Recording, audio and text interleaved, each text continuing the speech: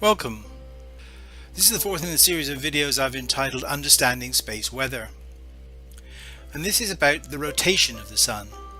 In the first few videos we looked at the Sun as a star, what was going on inside the star, and how the Sun gets its energy. Now we're going to look at the consequence of the fact that the Sun rotates. And it turns out that the Sun would be a much less interesting star without that rotation. It comes as a surprise to many people that in fact the Sun does rotate. But it doesn't rotate as a solid body because it's a fluid. So some parts of the Sun rotate faster than other parts. At the equator the Sun rotates once every 24 days. At the poles it's once every 35 days. And you can determine this by either following features across the surface of the Sun or using spectroscopy. You can look for the Doppler shift in spectral lines from the solar spectrum.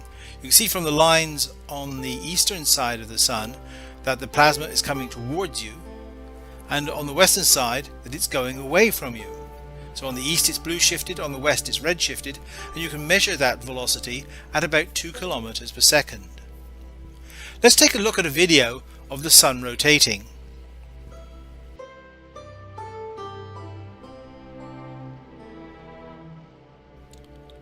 This video encapsulates about 28 days of solar rotation. Now you can see the sunspots rotating from east to west across the image.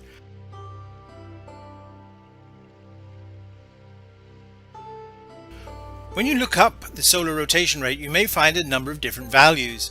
That's because there's two different types of rotation that are often quoted.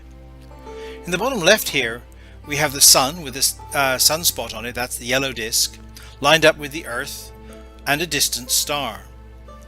Now 24 days later that spot will be back aligned with the distant star. However, the Earth has moved further around in its orbit, so as far as the Earth is concerned, the Sun has not completed its first rotation.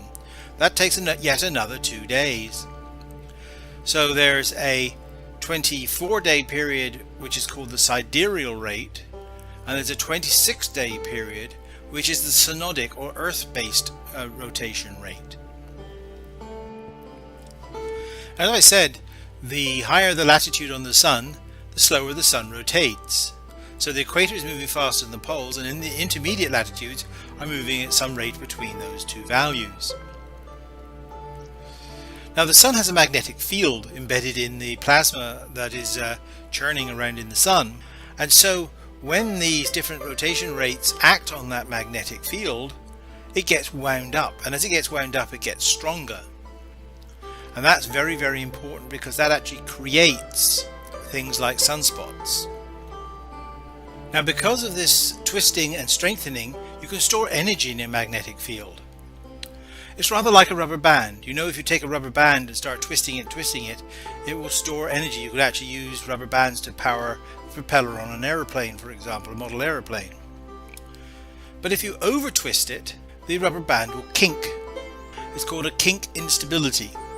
And that kink is very, very important to the Sun because that makes the twisted magnetic fields beneath the surface of the Sun pop through the surface of the Sun, and that creates sunspots.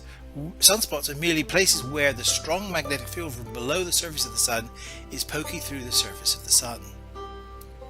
Now if you keep on twisting the rubber band or break it, or you accidentally break it in some way, all that energy is suddenly released. And that's what causes flares. Exactly that. The magnetic field gets twisted up to its breaking point or interacts with other magnetic fields and breaks, and all the energy that's stored in that magnetic field is released in the form of a flare. This wrapping of the solar magnetic field explains a lot of the strange features about sunspots. For example, that the leading spot in each hemisphere has the same polarity. If you look at the direction at which these field lines are wrapped, they're always slanting the same way towards the equator of the Sun. So you'd in this picture you'd have north as the leading spot and south as the trailing spot, no matter which of these field lines kinks. Similarly, in the southern hemisphere, the tilt is the opposite way. So in the southern hemisphere, the leading spot would always be south and the trailing spot always be north. So you have different polarities for the sunspot groups in the two hemispheres.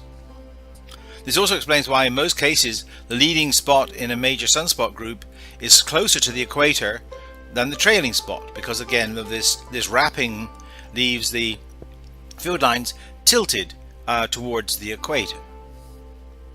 So we've discovered that the surface rotates differentially, i.e. at different rates at different latitudes.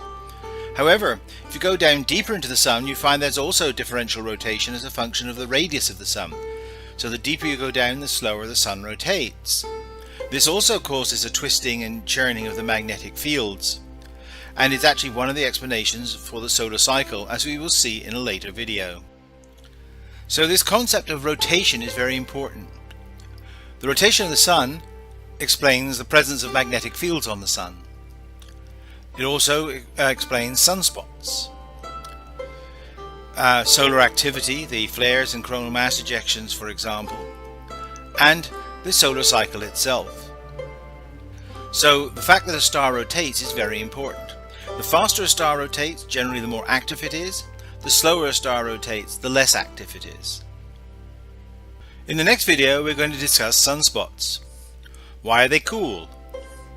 How big can they get? And how do they affect us? So until next time, stay safe